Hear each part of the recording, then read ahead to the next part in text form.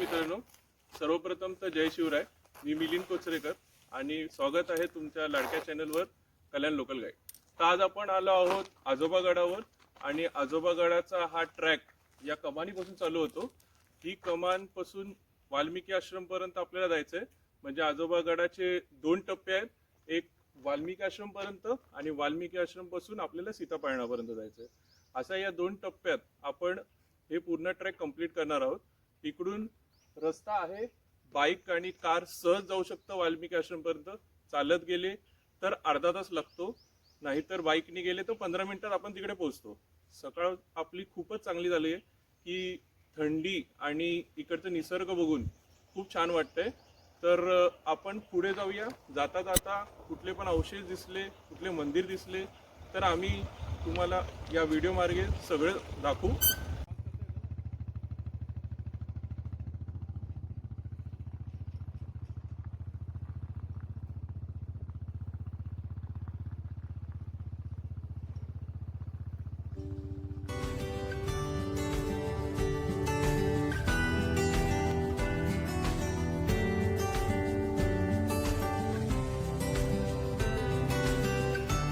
तर आजोबागड हा जवळपास सह्याद्री रांगेत शहापूर तालुक्यात धेणे गावात जवळ आहे आणि किल्ल्याची उंची जवळजवळ 4511 फूट आहे. मी तुम्हाला झूम करून दाखवायचा प्रयत्न करतो. तो मंडळी हा आजोबागड आहे जो धुक्यात हरवलेला दिसतोय तुम्हाला, जिथे आपल्याला जायचं आहे. स्थानिक कथेनुसार आजोबागड हा सीता माता यांचं वास्तव्य इथेच याच आजोबागडाजवळ करत होती. तिचे लवकुशचा जन्म ज्या महर्षी वाल्मिकी त्यांनी शिक्षण दिले आणि लवकुश आजोबा म्हणून बोलवत होते, त्यावरून या गडाचं आजोबा असे नाव मिळाले. आश्रमाकडे जाताना तुम्हाला दोन्ही बाजूला झाडी दिसेल. हा आश्रमाचा रस्ता आहे आणि आपण लवकरात लवकर आश्रमाच्या इकडे जाऊ. तर आपण आता आलो आहोत आपल्या प्रवासाच्या पहिल्या टप्प्यावर, वाल्मिकी आश्रमाजवळ. ही ठिकाण धार्मिक आस्था, पौराणिक परंपरा आणि निसर्ग संपन्न वारशाचं उत्तम मिश्रण आहे असं मला वाटते. आपल्या प्रवासाचा पहिला टप्पा वाल्मिकी आश्रम हा पाहिला की क्षणभर वाटते की आपण काळाच्या प्रवाहात मागे फिरलो आहोत. या आश्रमाचा प्रत्येक दगड जणू रामायणाची कथा सांगतो आणि प्रत्येक वाऱ्याचा झुळूक भूतकाळाची आठवण घेऊन येते.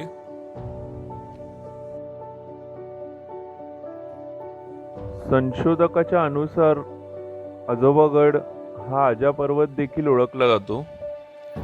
या परिसरात समाधी आणि आश्रमाची जागा ही महर्षी वाल्मिकीची असण्याची शक्यता ही अधोरेखित करण्यात आलेली आहे.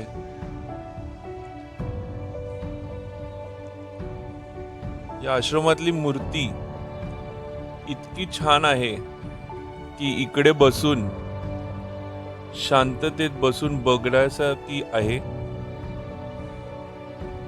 कारण आपण इकडे थोड्या वेळ बसूया,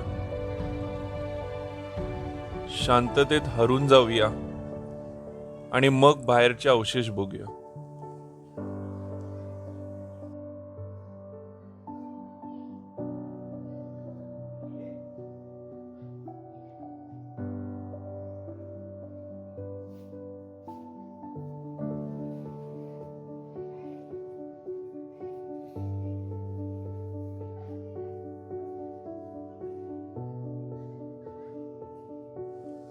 तर येथे मंदिराचे अवशेष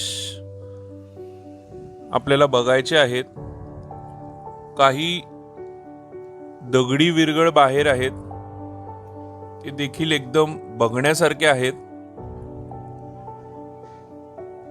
येथे मंदिराचे अवशेष विरगळ आणि कड्यावर कोरलेले म्हणजे दगडावर कोरलेले कथामक चित्र देखील आहेत, ज्यामुळे या परिसराला पुरात्मिक आणि धार्मिक दोन्ही दृष्टिकोनाने महत्त्व अधोरेखित होते. येथे आले की जाणवते की फक्त हा ट्रेकिंग स्पॉट नाही तर श्रद्धा, इतिहास आणि निसर्ग याचा जणू संगमच आहे. आश्रमाची सगळी माहिती घेऊन आम्ही निघालो गडाच्या दुसऱ्या टप्प्यावर.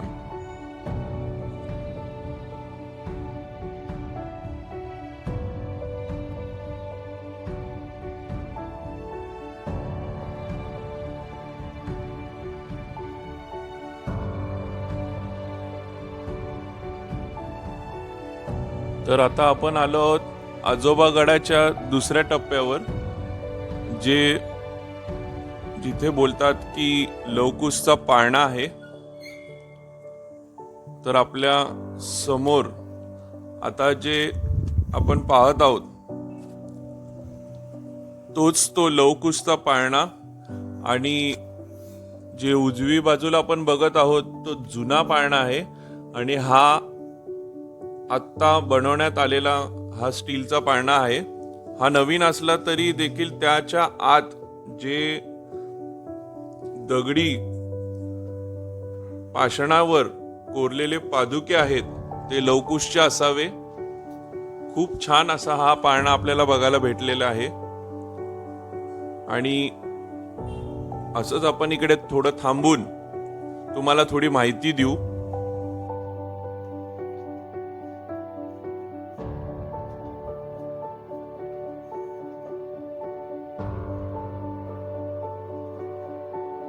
तर आपण आता पोहोचलो आहोत वरती आजोबा गडाच्या दुसऱ्या पट्ट्यावर, आणि आपल्या समोर तो लवकुशचा पाळणा आहे.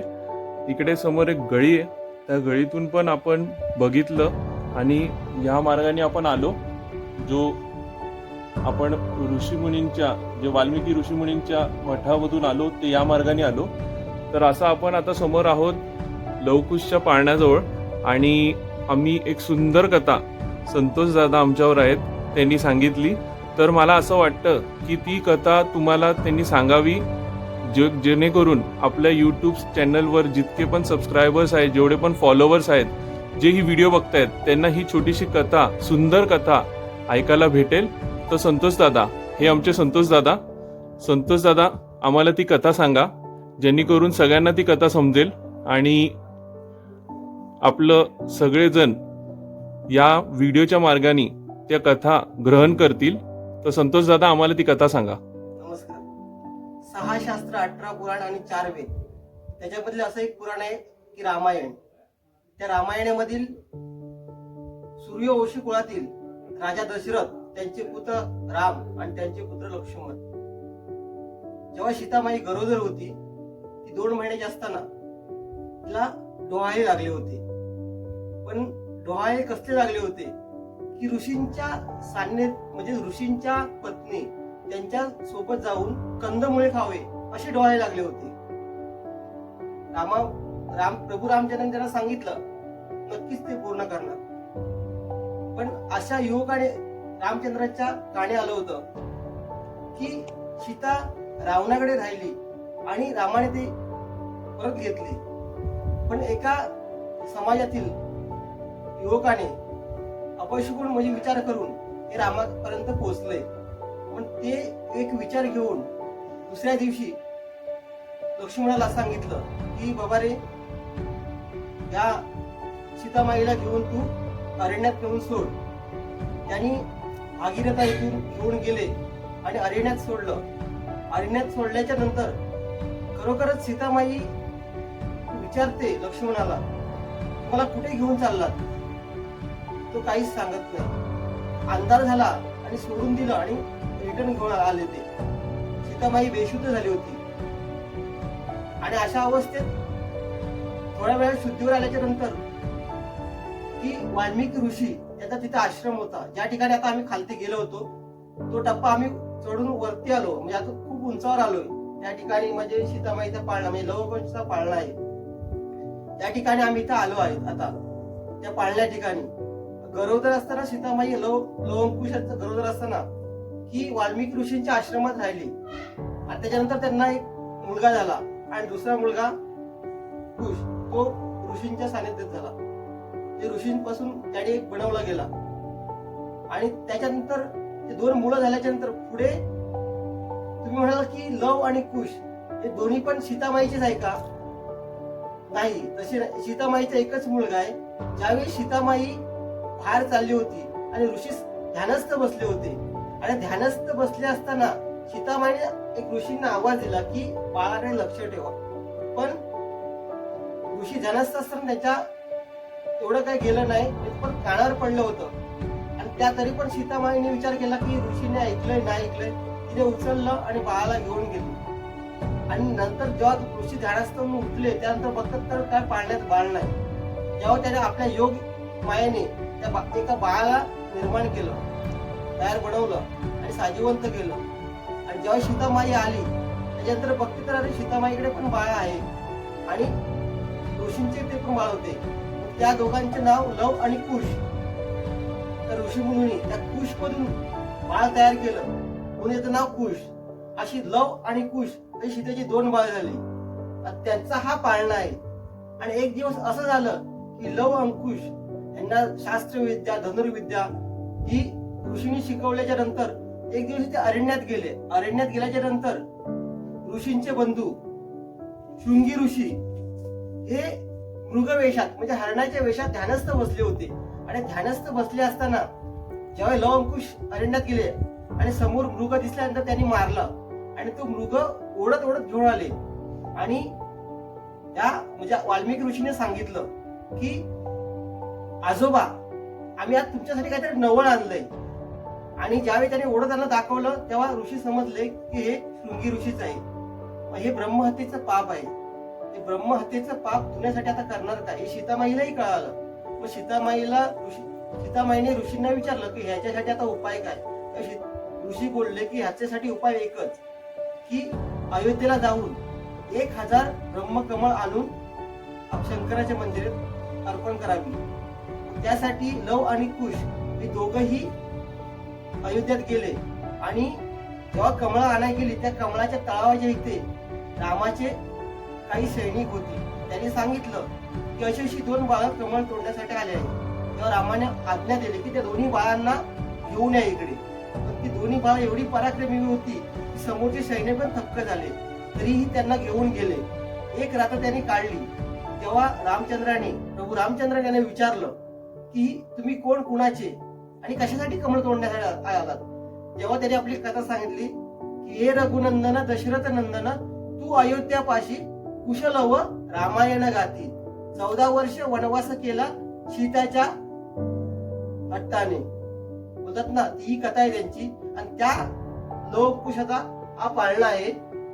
खरोखर छान प्रकारे पाळणा आहे. त्याच्यामध्ये पादुका आहे. तुम्ही खरोखर येऊन या ठिकाणी दर्शन घ्या. आज माझ्या मित्राच्या द्वारे मी या ठिकाणी आलो. अप्रतिम आहे छान प्रकारे. खरोखर ते म्हणजे ऋषींचं म्हणजे वाल्मिकी ऋषींचं मी पुस्तकही वाचलं होतं, युट्यूबद्वारे असलं होतं. पण खरोखर की 6 शास्त्र आणि 18 पुराणामध्ये वाल्मिकी ऋषी वायाचा वाल्मिकी ऋषी झाला. दैव जाणिले कुणे सीता रडते म्हणी माझे श्रीराम भरताना धाकटे बंधू लक्ष्मण. त्यांनी मला वणी व सोडली सीता गर्भवती होती सीता प्रसूत व झाली. बाळे जन्माले अंकुश सीतेच्या पोटी. लवाचा लव त्याने बनविला लव अंकुशाचा पाळणा हळवीत गुणी. लव अंकुशाचा पाळणा हळवीत मुनी म्हणजे ऋषी मुनी तो हा पाळणा आहे. खरोखर छान प्रकार आहे. धन्यवाद.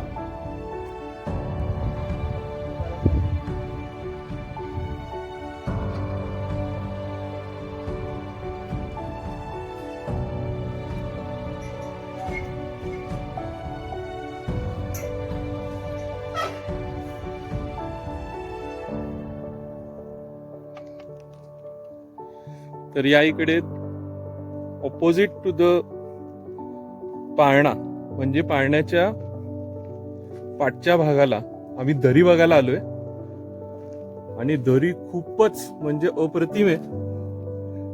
तुम्हाला मी सगळ्यांना व्ह्यू दाखवतो.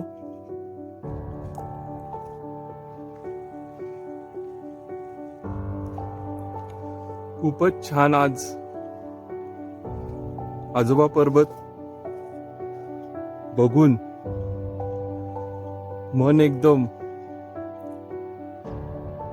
काय सांगू मी, आज माझ्याकडे असे शब्द नाहीयेत.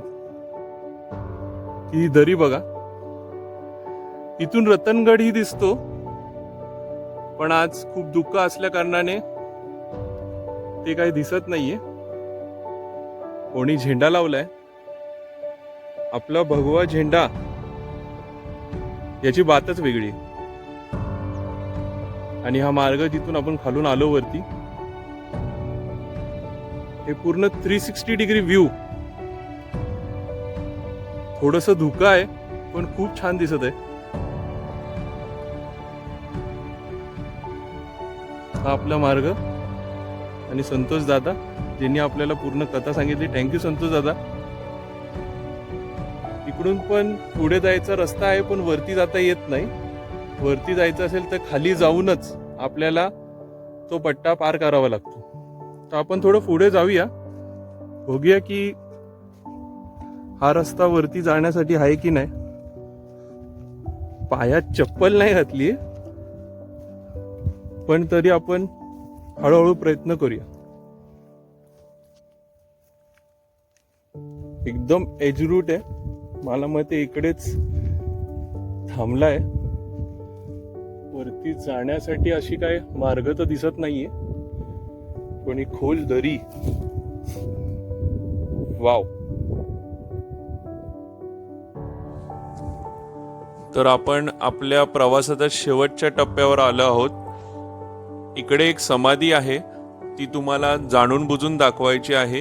ही विटाबाई तुकाराम माने यांची समाधी आहे. ही माऊली पहिला या धनगाट जंगलात एकटी या आश्रमात राहायची. तिची ट्रिब्यूट म्हणून इकडे एक समाधी आपण पाहत आहोत. गावकऱ्यांनी या माऊलीची समाधी बांधलेली आहे. हिला नमस्कार करून आपला प्रवास आपण आता संपवतो.